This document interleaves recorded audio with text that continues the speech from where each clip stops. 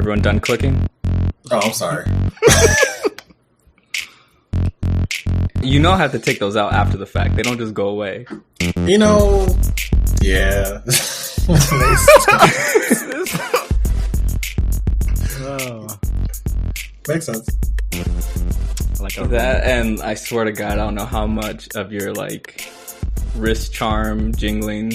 Do I need to take them off? Do I need to take them off? Jeez.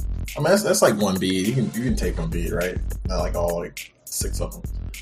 I like how we're like 1 minute in and we still haven't done the intro. All right, hello, welcome. This is episode 65 of So Well Spoken. I'm Moris. With me is Angelus. Yo. And Mike. Stop. Recently, Elijah Cummings passed. R.I.P. to a good one. Born in 1951 in Baltimore. Attended Baltimore City College, Howard University. He studied political science, and then after that he attended law school at the University of Maryland. Practiced law for 19 years, and he was elected into the House in 1996. He passed on the 17th, 4 days ago. Yeah. Do we have any notion of who's going to replace him and replace his position? I believe his wife is going to run for his position. Okay. Yeah, I read that already. I like that. I respect that. Yeah, he's been doing his job well for a good number of years, and it's sad to see people go that are actually fighting the good fight, you know? So...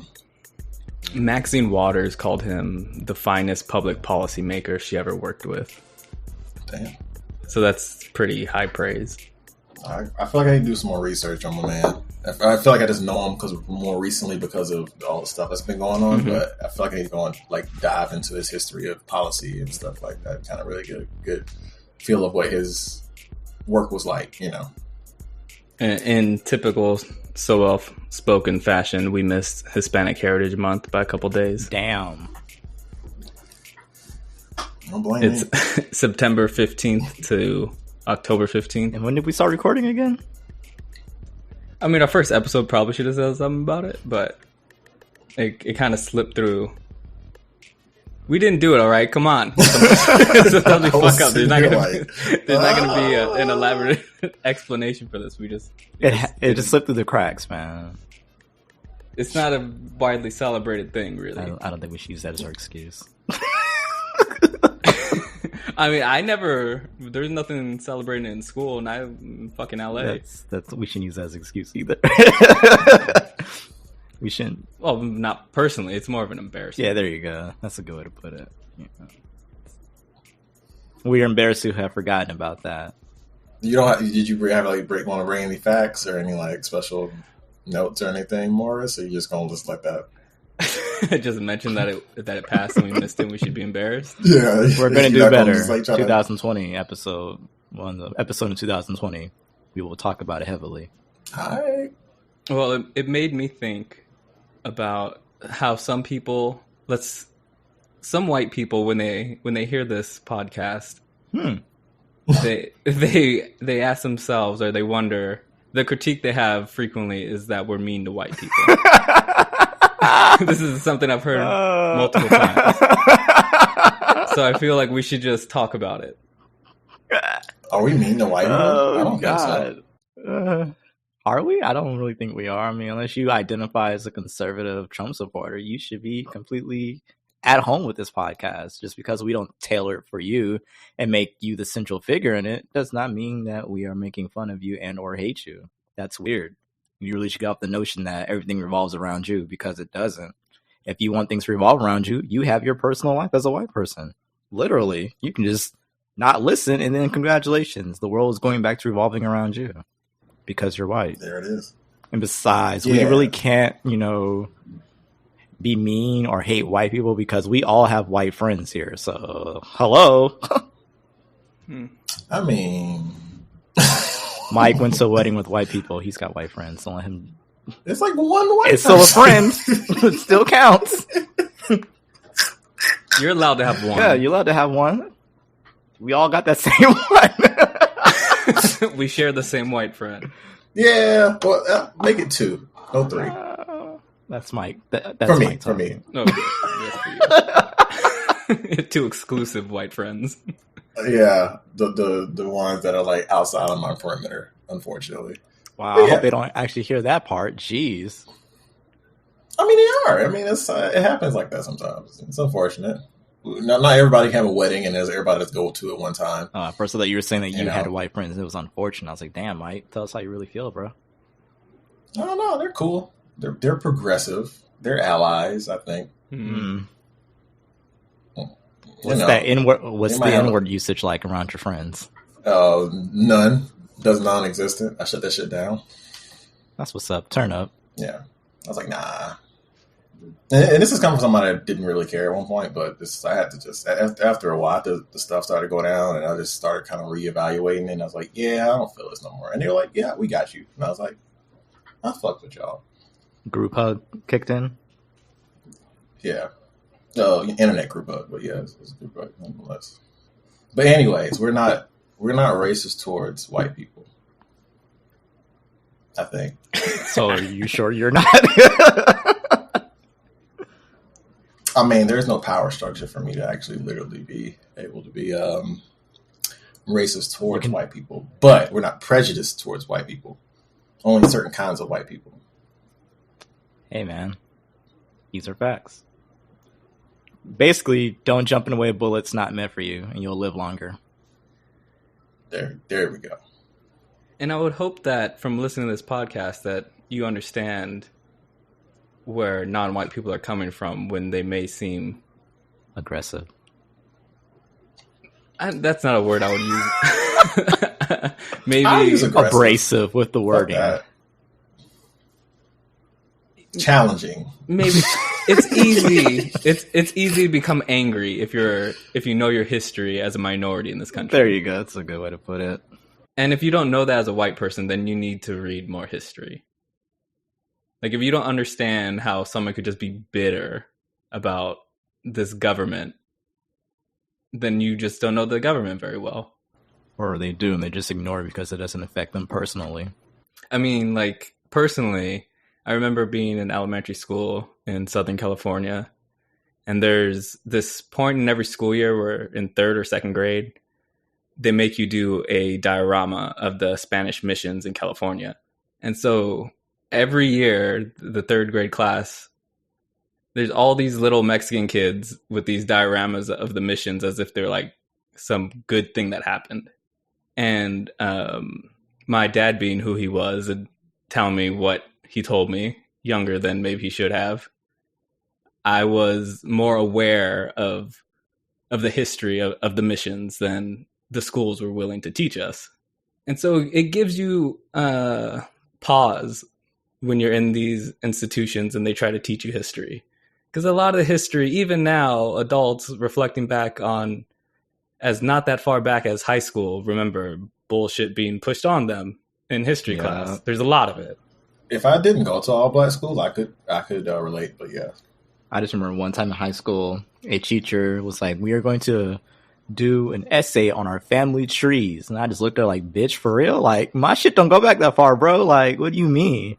She's like, we want everybody to go back to your great, great, great grandparents and how they got to America. And I was just like, wow, you really just said that, huh? In a class full of black kids. Like, all right, cool. So I turned my shit in and I said slavery circa 1600 through like 1960 something. Well, not 16, but like through like, the end of slavery. Then I said, redlining, Jim Crow, all the way to 1964. And then I started writing about my family history, my family tree.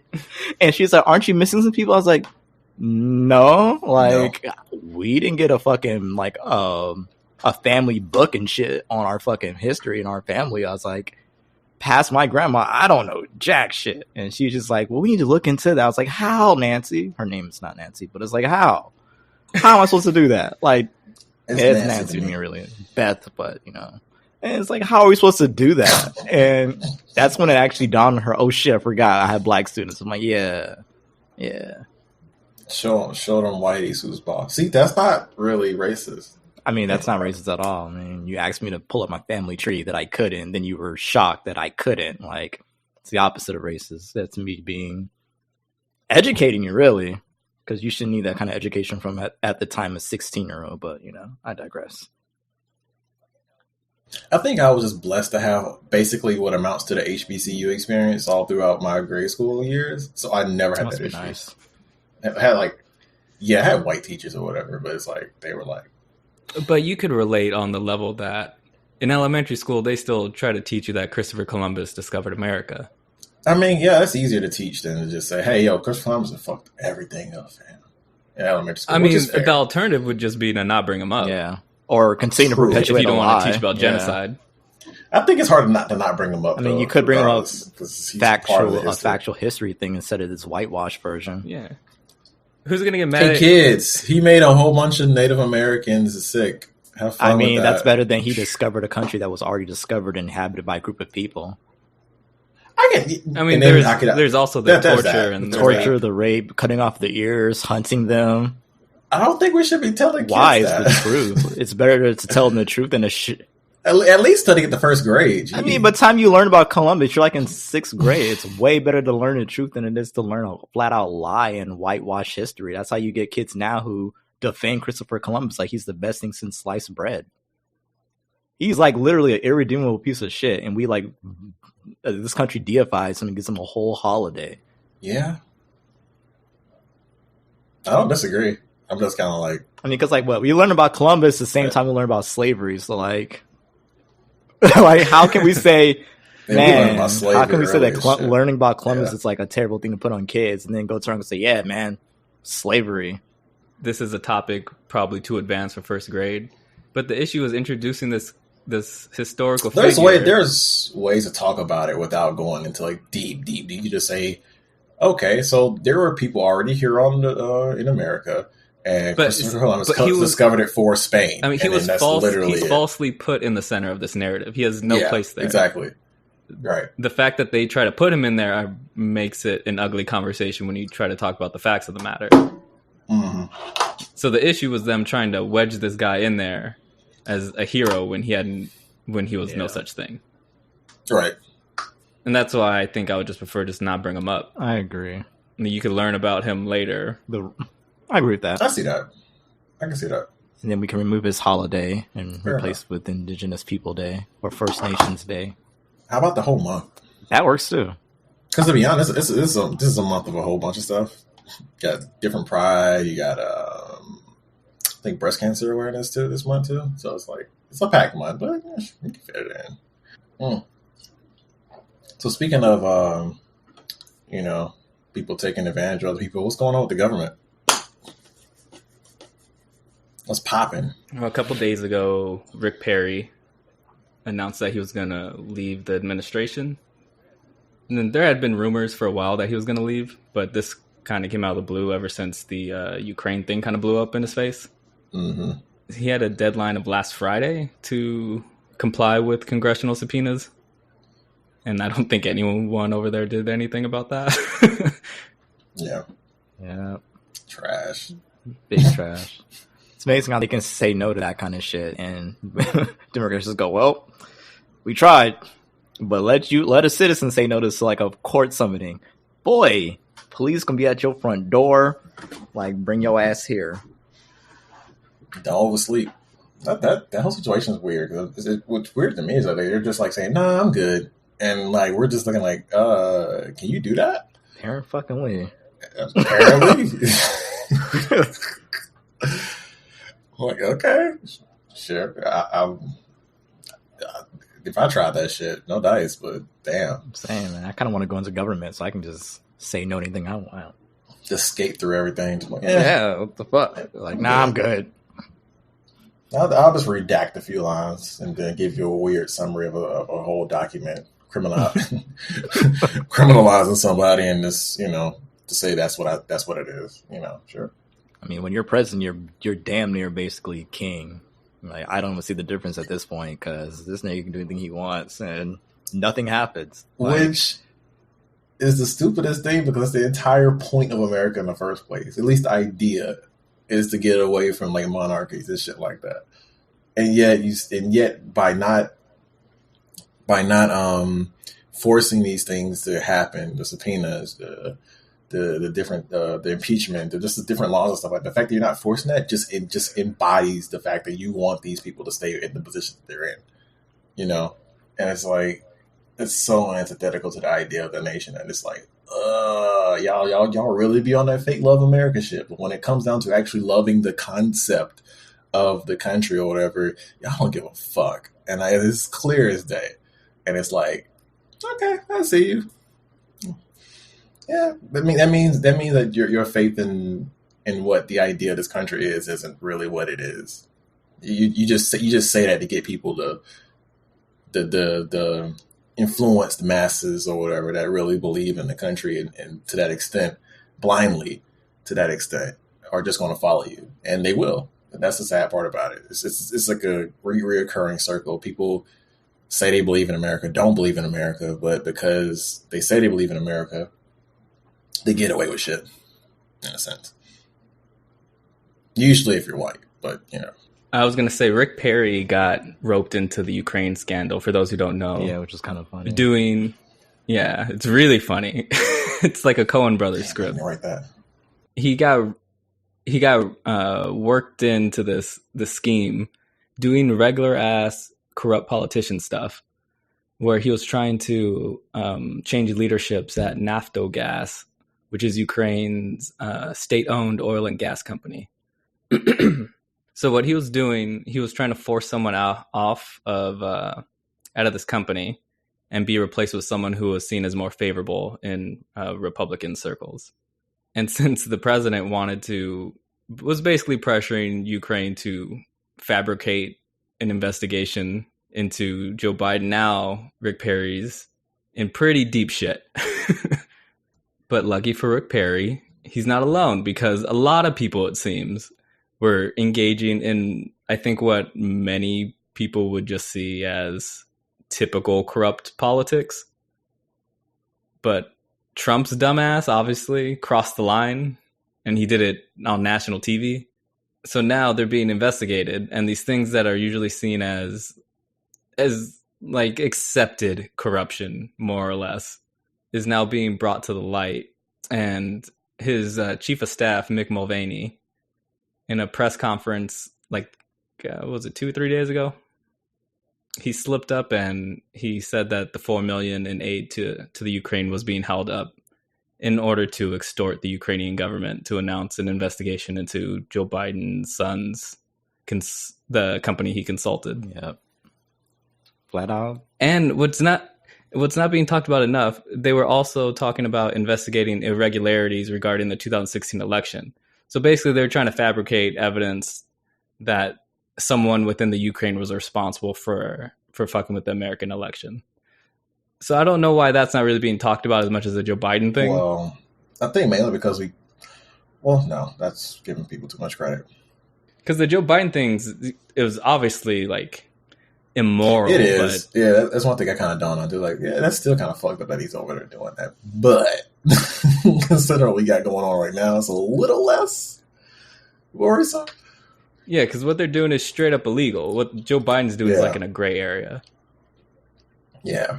Like a good person wouldn't do that. We all know Biden's not a good person in the first place. So, I mean... Uh-oh. The Biden fanatics are going to get you for that. Fuck them. Do you know whose vice president that is? I don't recall. I do not recall. You got to vote for Biden if you want to win, bro. It's all about winning. Shit. I doubt it. But, yeah. I want to say the reason why the deflection to Ukraine is more so because why we were a little bit less about it was because we already kind of know that it was Russian. We know it was Russian. So it's kind of hard to be like, if someone tried to deflect over Ukraine, it's kind of like, no, we already know. We got the fucking Mueller report. We already know it's Russian. Like, what do you... It's obvious. We also already know that the Joe Biden thing's nothing. Yeah. It's like, okay, politician, you're going to politician. Next, we worried about what you're doing. What y'all got going on. And so it's like, and so he testified, but like what came from that? Like what was the outside of the slip up, like what else came from that? That was like it, or Yeah, he slipped up in the press conference and then afterwards said that he didn't mean it.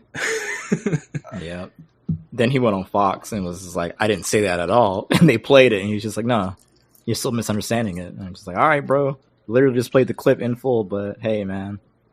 Fox is being really weird right now. I wonder why. Anyway, Trying to distance himself slowly but surely. Yeah, they are. Yeah. This whirlwind just keeps getting just more ferocious, man, as time goes by, man. 2020 is gonna be something. And we're like 3 months away. Yeah. And in addition to that, Trump kinda allowed a little bit of ethnic cleansing. A little bit. A little. Let's just go with a bit. A full amount, pretty much. He allowed some ethnic cleansing. There you go. Yeah.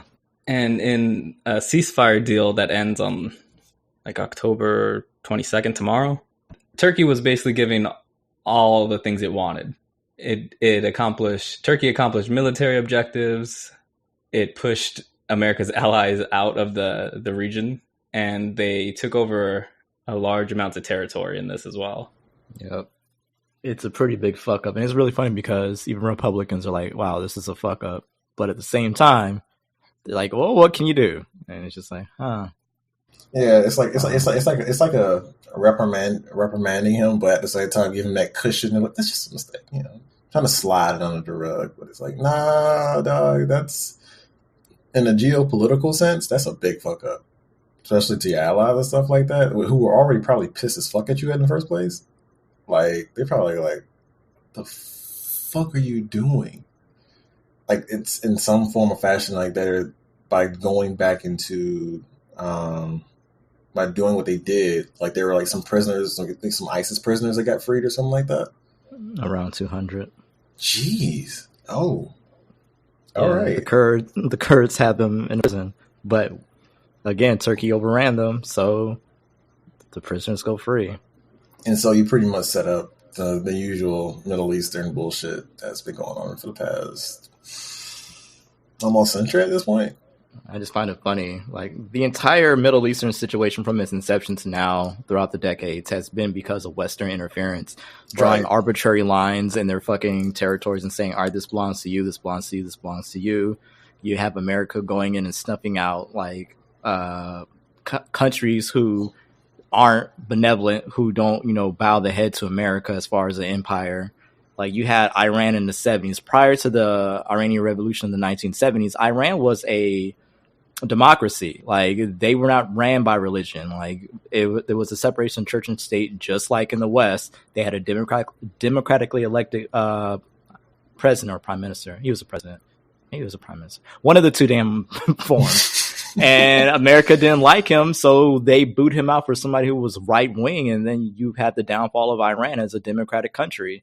And you're seeing the same machinations going on again with fucking the Kurds, who are like the closest we have to quote-unquote Western society in the Middle East, and America just straight up fucked them over. For Turkey, who's basically damn near a fucking dictatorship, a fucking religious dictatorship at that. And it's like, all right, bro, for a country who swears no more radical Islam, you guys sure do prop up a lot of fucking radical Islam fucking regimes, bro. Like, this is wild.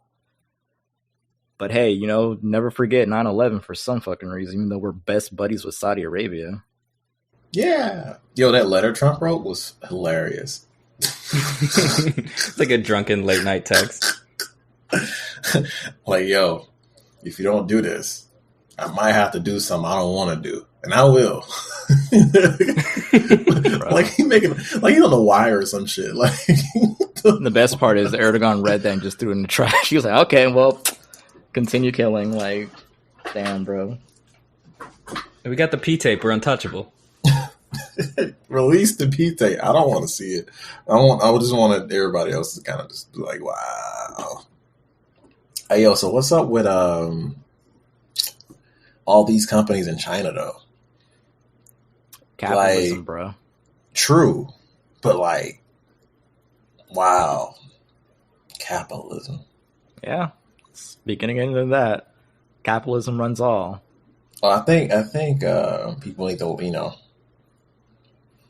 not be so misinformed about the situation. You know what I mean? Be careful what you say. We don't want to offend any potential Chinese sponsors. Right. You're absolutely right. That is, it's like the most stupidest situation, especially the people who got involved. I feel like, well, the NBA as a company seems to have kind of bunkered down on defending, was it the GM of the Houston Rockets? Yeah, which is surprising to me because I thought they would have been like got rid of him or something like that in the process. You know what I mean? China wanted him fired. Like they were legit like fire him. Yeah, and I thought the NBA was going to corral him up. So I'm thinking like, I mean, as much as people prop up the NBA for being a lot more progressive than the NFL, it's still money making machine at the end of the day. And they're not wholly perfect. So yeah, and this was like their kryptonite too, because the NBA has been so horny for China's money for so long. They've been trying so hard to penetrate that market. And as soon as they did, these Hong Kong protests coincided them. And Daryl Morey tweeted just a random tweet in solidarity with the Hong Kong protesters, not thinking that anything would happen thereafter. And now the entire league has to answer to Winnie the Pooh. What's his name? Winnie the Pooh. Winnie the Pooh. No, we know the leader of Winnie the Pooh. Like, we don't give him his real name. He doesn't deserve that. No, you don't get to put Muslims in concentration camps to get a full name, man. It's not how it works out here. And this was kind of like perfectly set up because the Houston Rockets are huge in China. Because of Yao Ming, right? So yeah, damn, that's funny. That is hilarious. Huh. And since Yao Ming, like they send players over to China for media events and stuff like that. Like they've really embraced the China connection. It's wild that the GM would do that, dude. Like fuck that up. He must not have been aware of how serious they are about this stuff. I mean, I guess his sense of righteousness just got the better of him at that moment, I guess, He's like, man, what they're doing in Hong Kong is fucked up. And he just tweeted it. Next thing you know, it's like a whole whirlwind of BS. And you got LeBron talking about, well, I don't think he was really informed about the situation. That was a terrible LeBron said that shit. Well, LeBron said, like, nigga, are you informed about the situation? That was a really terrible take. Like, He said that. I was like, really, my guy? And then he got on Twitter to try to defend himself, and he still fucked it up. Like LeBron, bro, this shit fucked up, bro. We're all under a lot of pressure. Like, man, just stop. Just don't, please, right now. He did say he was not speaking on the substance of what Daryl Morey was saying, but it was still very much like, I'm not saying anything about this. What he should have done, LeBron should have hashtag Hong. He should have hashtag freedom for Hong Kong or something like that. Just say fuck it. Might as well at this point. Shit, I would have. That's the weirdest thing to me is like, how can you say you're not talking about the substance? Well, that's literally what you were criticizing was the substance. Yeah. Like, well, he was criticizing him because there were players in China at the time, and he said that Daryl Morey criticizing the Chinese government while NBA employees were in China was reckless because he didn't know if they would be safe or not. So he was more saying like, how could you put our lives at risk over a tweet? Like you should have known better. I can see that. But a lot of it's flimsy, but I get it. But at the same time, it's like, It's true. It's true. Yeah, it's just not what I would want him to say. It's true, but it's just like you didn't say any of that when you made the original response. So how are we supposed to decipher that, my guy? Like, come on, LeBron, you know better, bro. There are 280 characters now. You could have put more into that, and there's a plus button. You could have kept going with the tweet, bro. Could have been a whole thread. Could have made a thread. Could have made a thread. Then you could have got an IG and made a video. Like, there's no excuse. Yeah, an IG I'm press definitely let down that he didn't say what you would hope. He would for somebody who's such a big advocate of social justice, it's like, this is not a good look, my guy. That's why I said you need to get informed because if you know anything about the Hong Kong situation, you as a person of color, you should definitely be like, yeah, that's not right. you know, at some point, because it looks very familiar when I look at the details of the situation. So I'm like, yeah, it's easy to make that tweet, and I get how you would be concerned about the players in China, but then that will cause a whole international incident if they were to ever do something to those players. You know what I mean? So it's like, that's why I said it's kind of flimsy to me. Like, I don't think China will really risk that for anything at the moment. I don't know.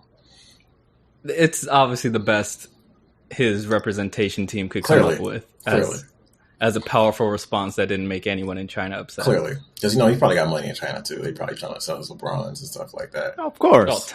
He got that lifetime Nike deal.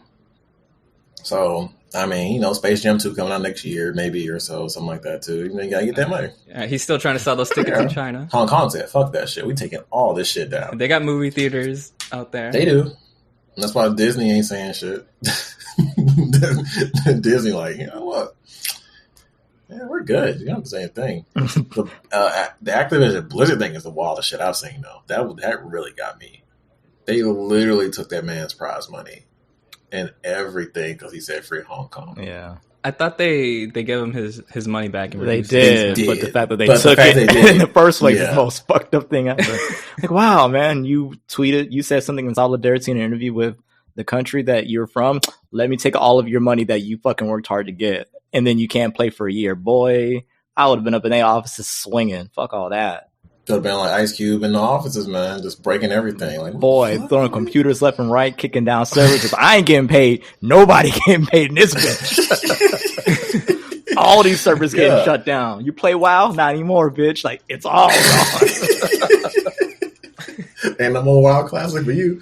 Modern Warfare? Nope. Done. All of this shit done. No, that's like the wackest thing. I was trying to explain to my coworker why that was such a big deal too. When it comes to, like, the prize money too, because like these people that do esports, like, it's such a flimsy industry that anything that you can make is in like life or like almost life or death almost. Like these like players that make all the money or whatever and stuff like that. That is so, to be consistent in it for one, and to make it like your actual like career is so hard. So for them to actually literally take how much money was it?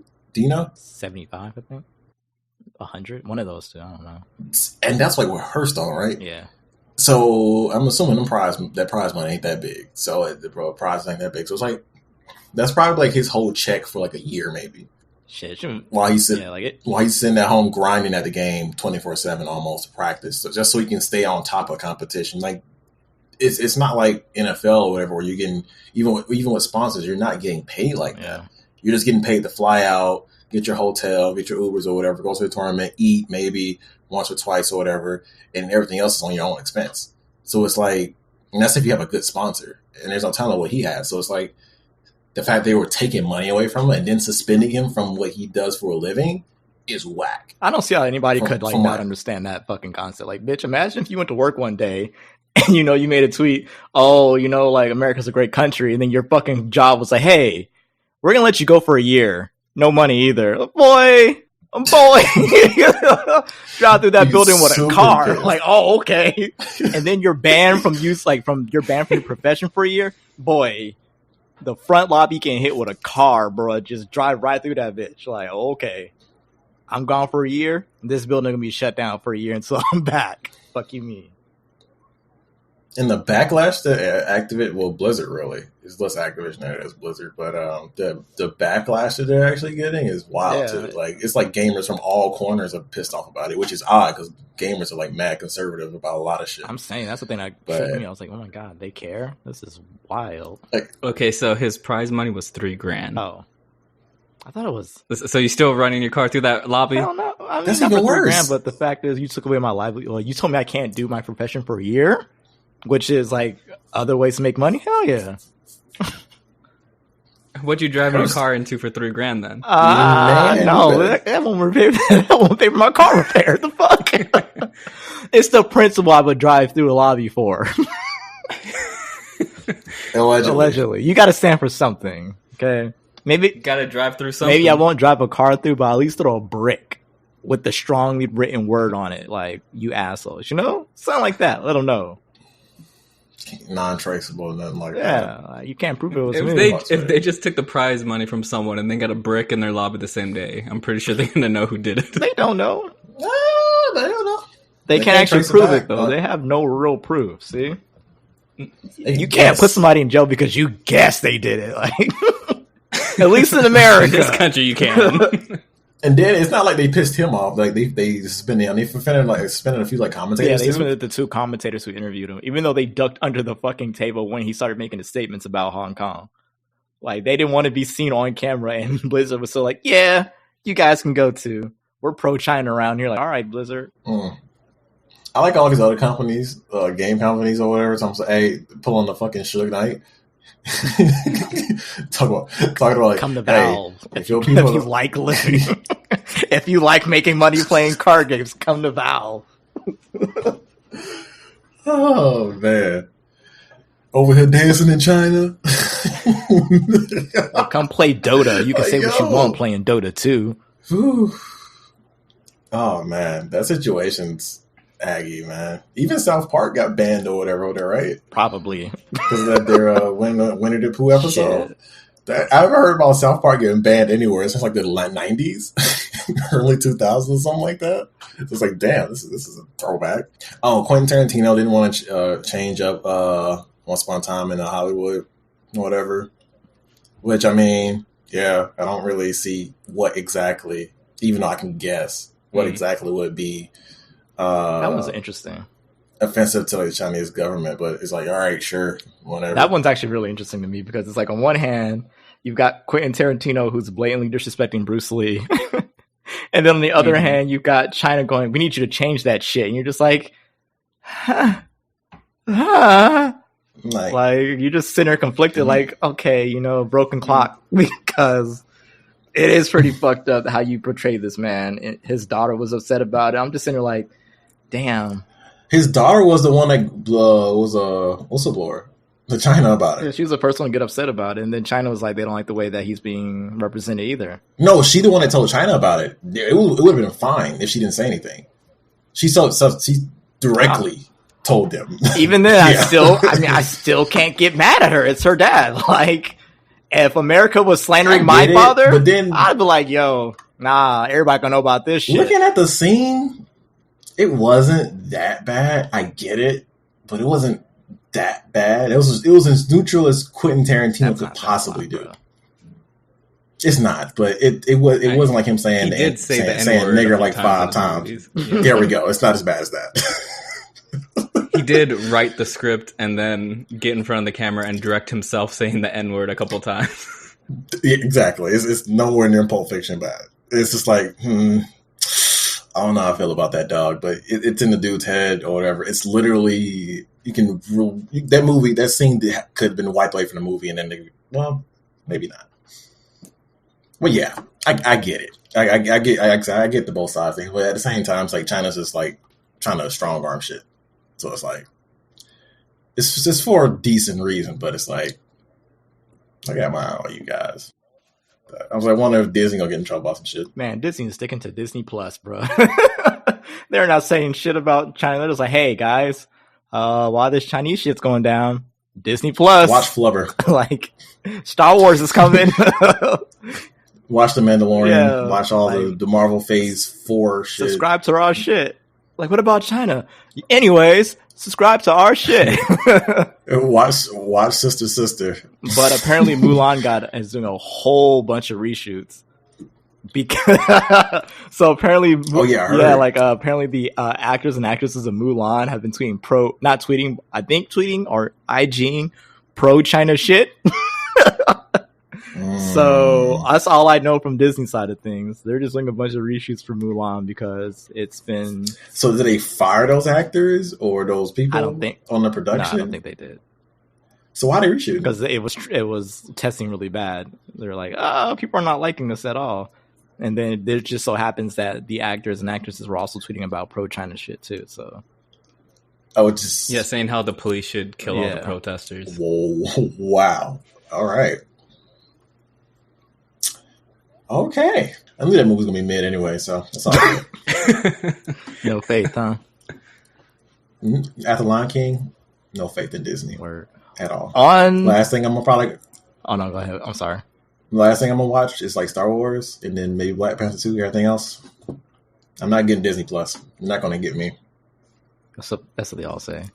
On the subject of Jim Crow, kind of a side step on that. Watchmen, episode 1. Morris is what I'm talking about. The first episode of Watchmen got really fucking deep in the opening scene. Mike, have you seen it yet or nah? No, I have HBO, so I haven't seen it. Okay, I don't want to spoil it for you. Go ahead. No, you're good. Okay, actually. so in the very opening scene for Watchmen on HBO, spoiler warning for everybody else. There you go. This is a spoiler warning. If you have not seen it and you want to watch it without being spoiled, I'm literally about to tell you, so I don't want to hear shit on Twitter how you got spoiled. With that stated, the very first episode, the opening, takes place in Tulsa, Oklahoma, 1921, and they go in on the Tulsa, Oklahoma riot, like race riot. It basically shows a mother with her son and her husband wading through all of the white folks killing black people left, right, robbing, looting, all of that. And it was the most, I wasn't expecting that when I was watching the TV show. I was like, oh, yo, Watchmen. Yeah, it shit can be dope as hell. And I started watching. I was like, oh, okay. Okay, this is how we're setting this up. Okay, bet. And the thing that's amazing about it is that on Twitter, I've so many white people, like, I'm just going to say all white people did not know about this Tulsa race riot at all. Like, it was completely oblivious to them. And they thought it was just part of the story of Watchmen. Like, they thought it was happening because it was an alternate fictional reality of America. And it's like, no, this shit actually happened. And, like, multiple race riots happened throughout the early late 1800s, all the way to the 1900s. Like, this was a common theme in America at the time. And so it was always interesting, you know, when you hear people say, oh, why don't black people pick themselves up? It's like, we've done it several times in our nation's history. Just every time we got to a point where y'all shit was looking funny in the light and we were doing better, our shit got burnt down and we got killed and massacred and hung and lynched. Or injected drugs into the community, or over-policing, et cetera, et cetera. The ghettoization, you know, you build highways and interstates through our cities and neighborhoods. That was a whole thing with the interstate project of the 1900s. But yeah, watch Watchmen. It's really good. Okay. It goes back to what I was saying earlier, that if you are familiar with how this country has treated non-white people in its history, it's very easy to be angry. And that's the interesting thing is like, I would love to see like the breakdown of how people reacted to that, like black people versus white people. Just to see, because I already know like most white people are like, this is some fucked up shit. And a lot of them are like, yeah, I knew this happened. And you're going to have a lot of people like white people who are like, I didn't know this ever happened. Like, wow, you know? And it's like, yeah, this wasn't that long ago. My God, you know, like it really, 1921 was not far removed from our past that we should quote unquote get over it. And this wasn't the first or the last race riot that ever happened in America on the basis of black people having economic freedom and being successful and white people being jealous because they were poor and broke. And so it's just like the idea that once slavery ended, everything was kumbaya. We held hands and sung the circle of fucking life. That's this weird narrative that people continue to push. Like the day slavery ended, everything was good, ignoring all the shit that happened all the way to the 1960s and even beyond that has held us back as a community. I always wanted to do a movie on the race riots. So the fact that Watchmen kind of pushed that idea out there a little bit more is actually really dope, because I've always felt like it's a story that needs to be touched on. Like, I think when it comes to like, especially when it comes to like black historical film, I feel like we always focus on like slavery or Jim Crow, and we don't actually focus on when black people actually prospered in history, black Americans specifically, and the fact that so many people default to like the bootstrap mentality would partially go away to some degree if they see things like more things like the Tulsa race riots, because it means like, oh, these people were prosperous. They were the ones that pulled their bootstraps, and look what happened. You know, if for people that are socially aware, but just self-aware enough to see that like, hey, there are groups of people that do pull their bootstraps, so they do work hard, they do put their work in, and they get their benefits from it. Oh, look, here are these racist people, especially because this specific riot happened post Birth of a Nation, not the other version, the old actual version that's actually taught in film classes. Kind of rebirthed the idea of the KKK and galvanized a whole bunch of racist ass white people, which is most of them. And so, you know, you get situations like the Tulsa race riots or whatever. So it's I think stuff like that is a lot more necessary than a movie like maybe like Harriet or something like that, because it's just like, okay, Harriet Tubman, we've been taught her story for years. Okay, you're not really treading new ground, or if you were writing to, I think, to sell also, I think it's better to tell newer stories and stories that have already been treaded over years and years and years and years. Even though there might be some new, ideas brought forth, I think that instead of treading over the same slavery, Jim Crow, go over times where Black people were prosperous in their neighborhood, in their communities, so that, and then you can really see what racism is on the dark side of it. It's like, yeah, people can try to prosper, and it doesn't matter because people are racist, and that is a lot stronger than just saying people are racist. In my opinion, people are racist. They are. I just wanted to say that, but we've heard that for years. I mean, yeah. All I know is none of it's just actually going to change the racism that we have in this country, because we have an entire political party that continues to expound it daily. So it's like, it's never going to go away. No amount of movies from us is going to change these white people's opinions and views. Oh, no. Definitely not. I just think it's better to show a non, just like one track road of like basics. Because I think the issue a lot of with just trying to teach about or talk about racism is that you get this one note slavery, Jim Crow, that's it. You know what I mean? You don't teach about how the drug crisis actually killed a lot of Black Americans. There's no movies about how over policing and stuff like that causes, not like just like the police shooting movies or stuff like that, but more so like just over policing in general, how that affects the community and how it robs people of parents and familiar figures and people that are actually positive in the community. There's no line about that. So all the media people get is like this surface level version of racism that's easy to be like, well, I'm not racist or whatever, instead of a more not nuanced, I would say, but a more just in-depth version of what racism actually is.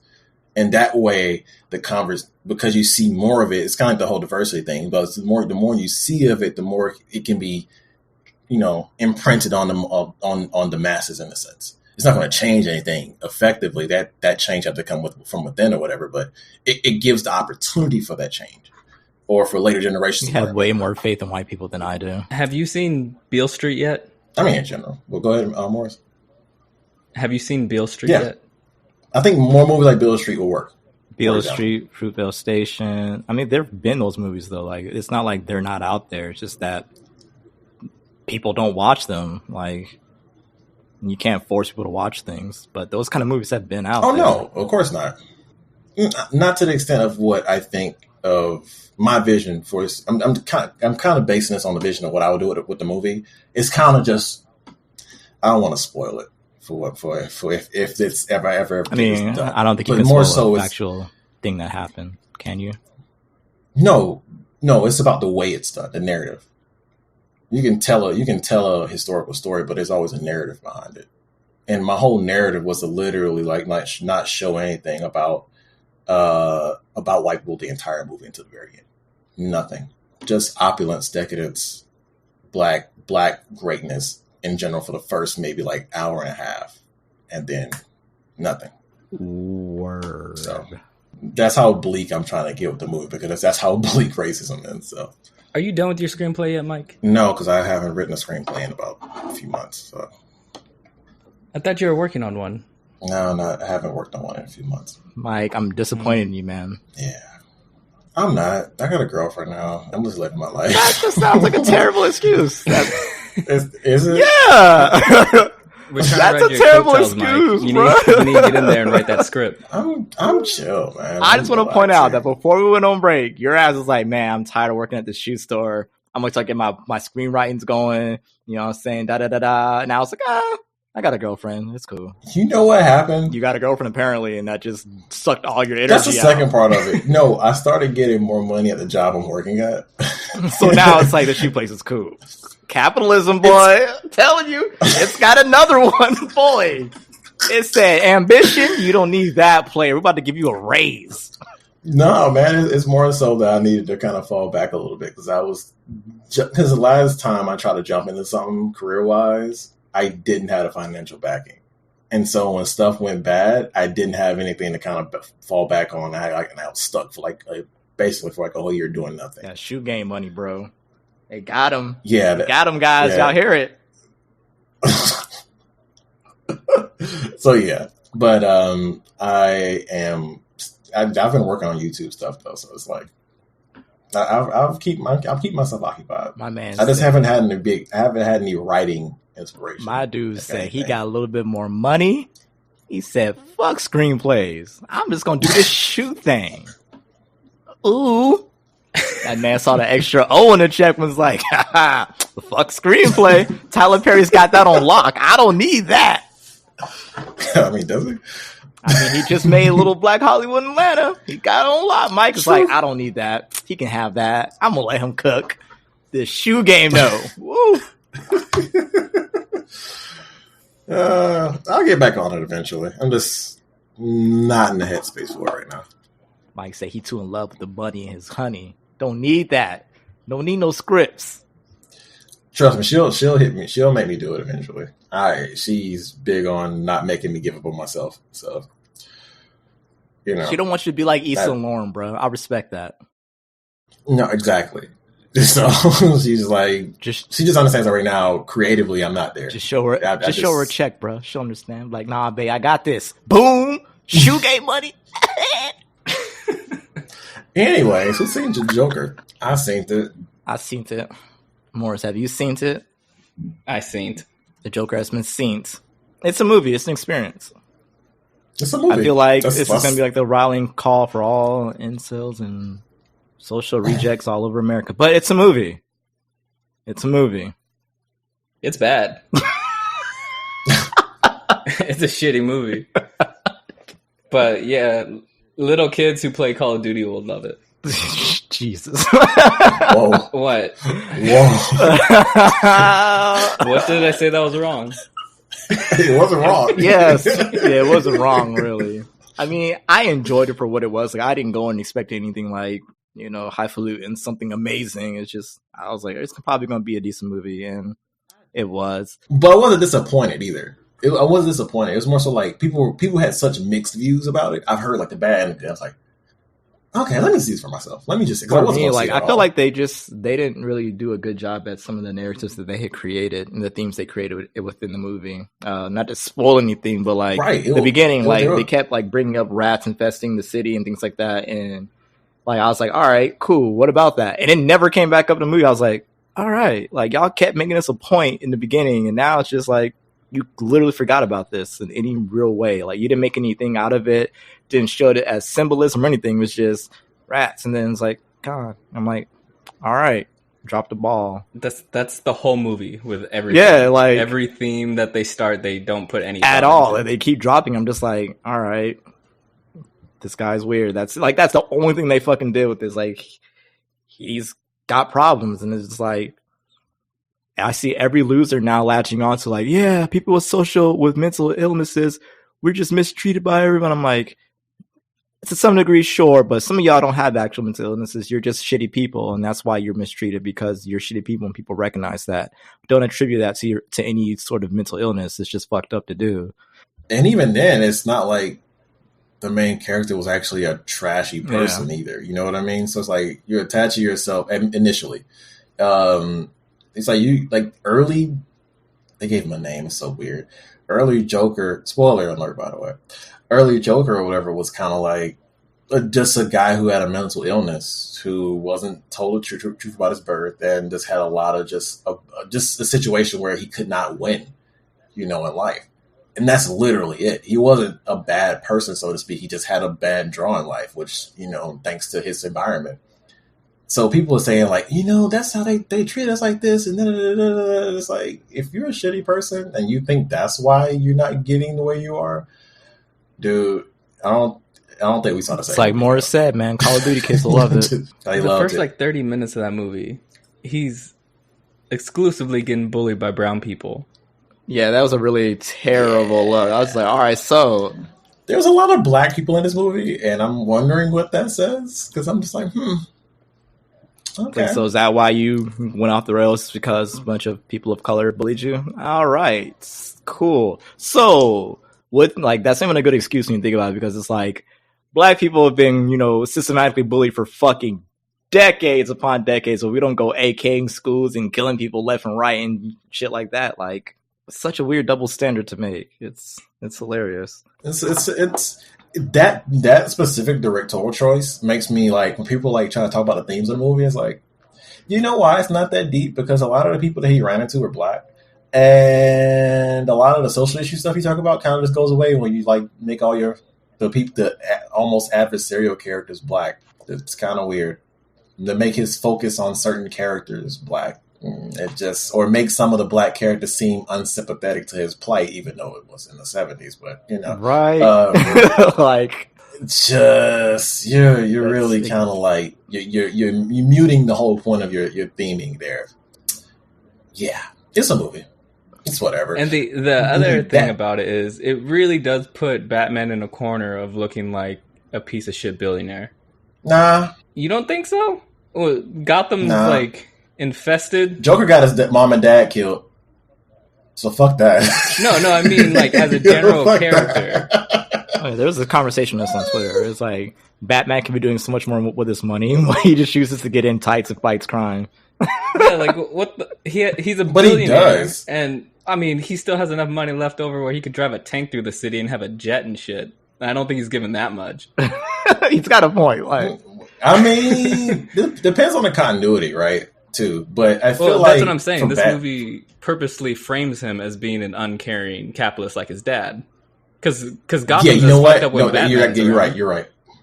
No, you're actually right about that, because what kind of pissed me off about the movie is making his dad a dickhead, because it makes you feel like this Bruce Wayne that you're going to see grow up into Batman is going to be a dickhead like his dad, because most depictions of Thomas Wayne in any of the mediums or whatever made him seem like he was like a real stand-up guy. Like he almost went broke trying to fix Gotham a whole bunch of times.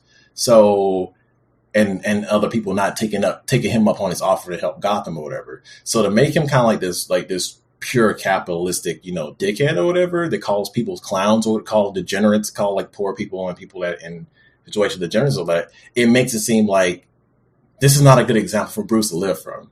This Bruce to live from. And I get that point. That's one thing that kind of stuck out to me. It's like, I get where you were going with Thomas. I feel like there's a bunch of characters you could do that with to not make eventual Bruce look like a dick later on. I mean, that's the problem with trying to make the Joker a sympathetic character. You have to make the protagonist the antagonist. Everybody else, yeah. I feel like it could have been done, just not with this director. But I like Joaquin Phoenix as the Joker. I thought that casting was actually really great. That's about the only thing I liked about the movie, I think. Agreed. I would like to see him as Joker in another movie. I wouldn't mind. I don't know how that would work, because he's probably 40 years old as a Joker, fighting a 28-year-old Bruce or something like that. So I don't understand how this Joker would even fight Batman.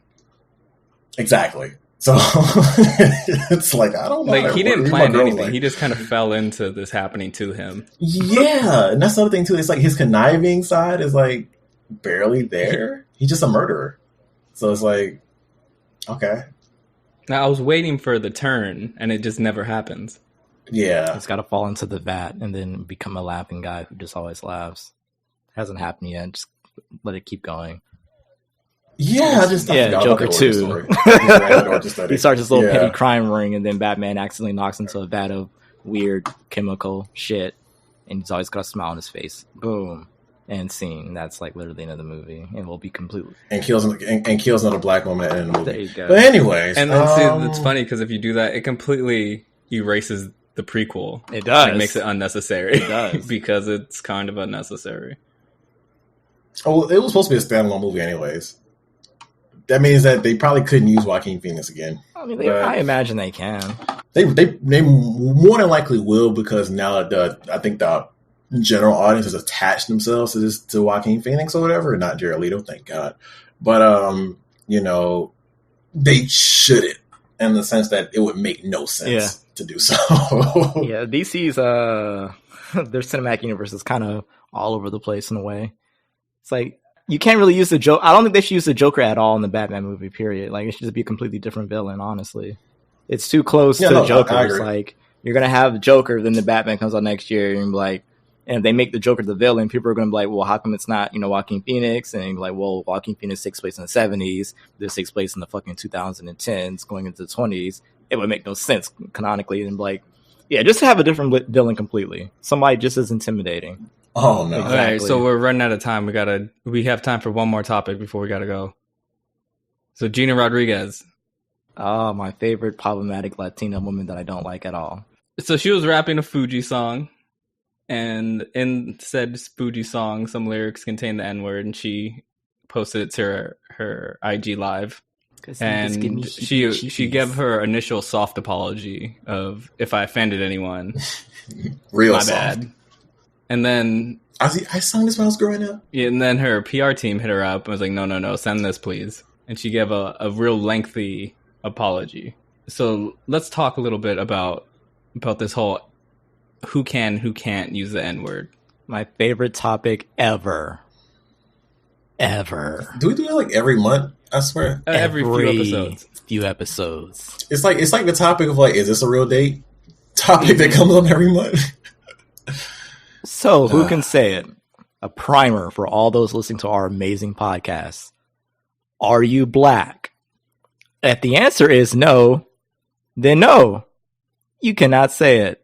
Thank you for coming to my TED Talk. Tune again in next year. Next month. That's solospoken.com. That is it. That's literally how it works. And the fact that people are so confused about it, they're not, is really funny to me, because it's like, oh, not to call a woman a bitch. Despite the fact you hear women say bitch to each other as a form of endearment, and you hear it all the time in, media. You hear it left and right. To be honest, those same people probably still call women bitches. So. I mean, some of them are women, and they're using it in terms of endearment. So it's like, yeah, but still, they understand that. And True. It's like, hey, if you're at work, would you drop the N-word? No. All right. Like, it's not a hard concept. And the excuses that people levy about it is just nonsensical. Oh, it was in a song. Hey, I've heard songs with the F word in it talking about same sex. I still don't say that word. I hear bitch in songs all the time by like female artists. I still don't call women that. Like, again, the concept is very simple and straightforward. Like, you can make all the excuses you want and trip over yourself to explain it, but at the very end of the day, you just come off sounding like a dumbass who sounds like a dumbass. That's it.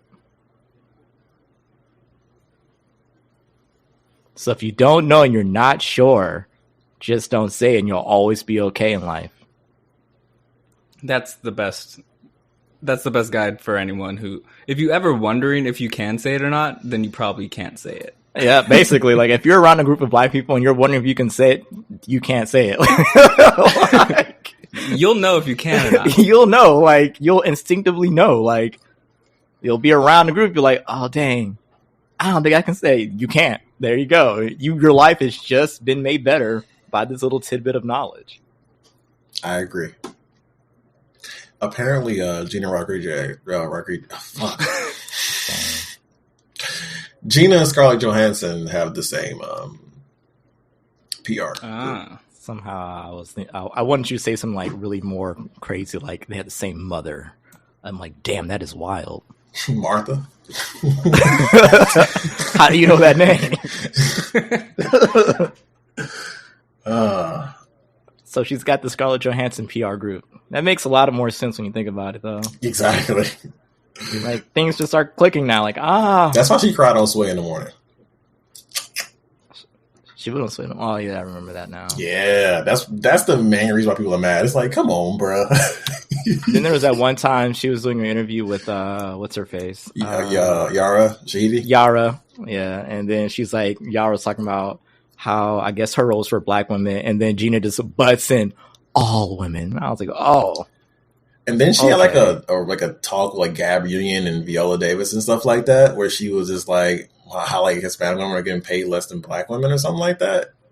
And it was like, Sophie Vergara is the second highest paid actress in Hollywood by like a huge margin. And the funny thing is, like, on that same list, Gabrielle Union and Viola Davis were like at 20 and like 30. It was just like, there's only two people who get paid less than Sophie Vergara, so that, you know, they get paid more. And that was so it's basically a pattern at this point. And yeah, so the only reason this really blew up was because she had a pattern, and then there's a lot of ignorant people that didn't understand that there was a pattern in the first place. I'm personally indifferent towards Gina Rodriguez, mostly because I haven't seen a single show that she's been on. All I know about her is these interactions from Twitter, and I'm just like, I don't really watch any of your stuff, so But at the same time, I understand why people are angry about it, because she has made this a habitual thing. But me personally, I have no animosity towards her. So it's just like, do better. Like that's all I can really say. Is just like, do better. Like, stop silencing voices. Stop trying to homogenize, you know, all women into one group. When black women are speaking about their experience, it doesn't need to be an all women type thing. Let black women talk about their experiences separate from every other group of women. Just like when she talks about Hispanic women, like she literally does not let, you know, Latino women be homogenized with white women or anything else. It's like, you should extend the same courtesy to black women and black people in general. It's not really that hard of a concept, because it's like, you clearly understand it because you're doing it yourself when referring to Hispanic women. So why can't you, you know, extend that same courtesy to black people? It's similar to like her resentment, her anti-blackness that she keeps exhibiting. It stems from like that same, it's a misunderstanding. Like she's jealous even of black representation in Hollywood. Like, she's a part of a marginalized group, and she perceives some other marginalized group getting more better treatment, in her view, from her perspective.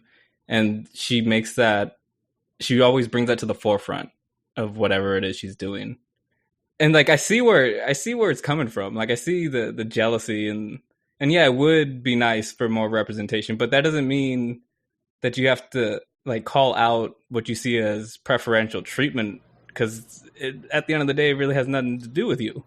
Like, there being a Black Panther didn't take away production funds for whatever movie there was for Hispanic representation. I mean, that's basically it.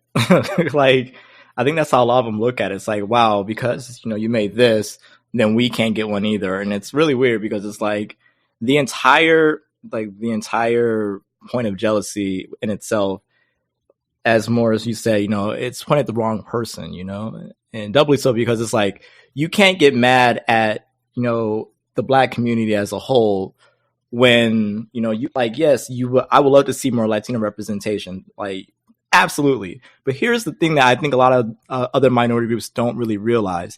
The black community, we're very much unarguably a homogenous group. Like, there isn't I was just about to say that. It's not like, oh, slaves from fucking Ghana, slaves from Nigeria, slaves from X, Y, and Z, and we're these separate groups now. Like, we are all homogenous because our entire identity was stripped from us. So the Black American culture became our identity.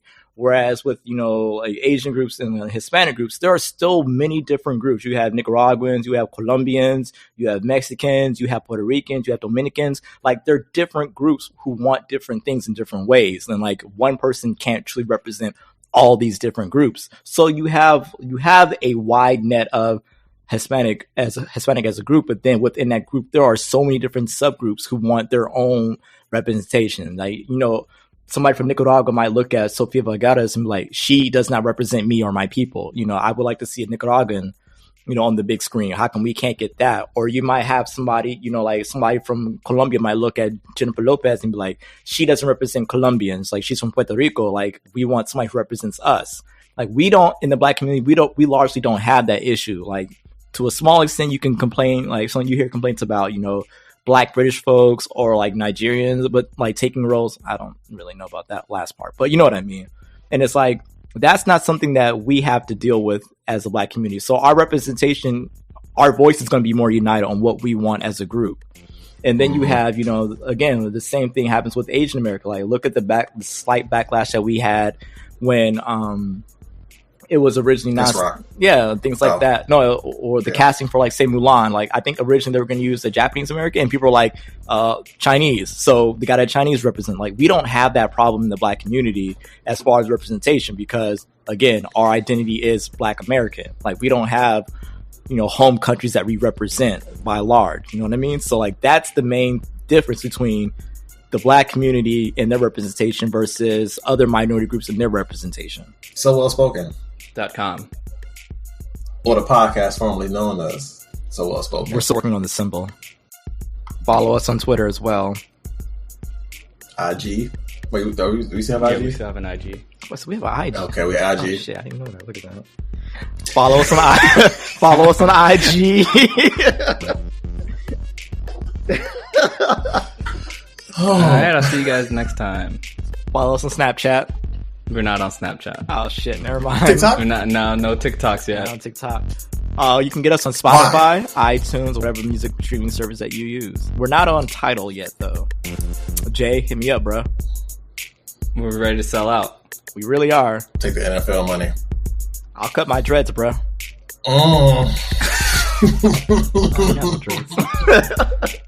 He'll grow dreads and then he'll cut them off for you. Mike said he'll cut his hair. No, I'm not cutting my hair. Mike will cut his hair for a couple bills. Trust me, he's fronting right now. Don't listen to him, Jay. Call us. Hey, yo, Jay, hit me up, man. And it's 2019. It's too late to start a podcast. It's over. The podcast wave is dead, bro. You're on too late. You didn't have one already. Wrap it up. Just stick to your day job. Working at Five Guys, whatever. Just don't. No shade to people who work at Five Guys. It's a great establishment, even though your food's a little expensive. They know that. They hear it every day. Yeah. I just bought some Five Guys and I was like, bro, why is this shit $17? I was like, what the fuck? This is why I cook. Like, I was like, 17. That's like 2 Wendy's meals, bro. 2.5 Wendy's meals. You can get a number one with the sweet tea medium for $7.69 after tax. Like, man. You hear that, ladies? It's a date. Yes, Wendy's is a date. It's a whole date.